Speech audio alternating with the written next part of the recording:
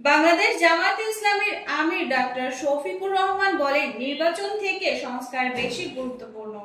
বিএনপির মহাসচিব মির্জা ফখরুল ইসলাম আলমগীর বলেছেন, আবার -2 দেখতে চান না। আসন্ন শারদীয় দুর্গাপূজার নিরাপত্তা নিশ্চিত করতে দেশের 32,666টি পূজা মণ্ডপে 2,12,192 জন আনসার বিডিপি সদস্য মোতায়েন করা হবে। বিমানবন্দরের প্রবাসী কর্মীদের জন্য আলাদা লাউঞ্জ হবে। আসিফ নজরুল। লালমনিরহাটের হাতীবান্ধা শালবনে নিয়ে গিয়ে কলেজ ছাত্রীকে পালাক্রমে গণধর্ষণের অভিযোগ উঠেছে।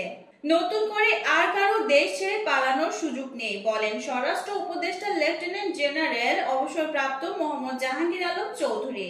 ব্যবসায়ীদের শীর্ষ সংগঠন এফবিসিসিআই এর চাকরিচ্যুত কর্মীদের পুনর্বহালের দাবি। বাড্ডার একটি বাসায় ফেরদৌসী নামে এক কিশোরী পোশাক শ্রমিকের অস্বাভাবিক মৃত্যু হয়েছে। স্বজনেরা বলছেন, গলায় ফাঁস দিয়ে ওই কিশোরী আত্মহত্যা করেছে। বাংলাদেশ থেকে 18,000 শ্রমিক প্রবেশের পদক্ষেপের প্রতিশ্রুতি মালয়েশিয়ার প্রধানমন্ত্রী। ইসরায়েলের সব জ্বালানি স্থাপনা একসঙ্গে ধ্বংসের হুঁশিয়ারি আইআরটিসির।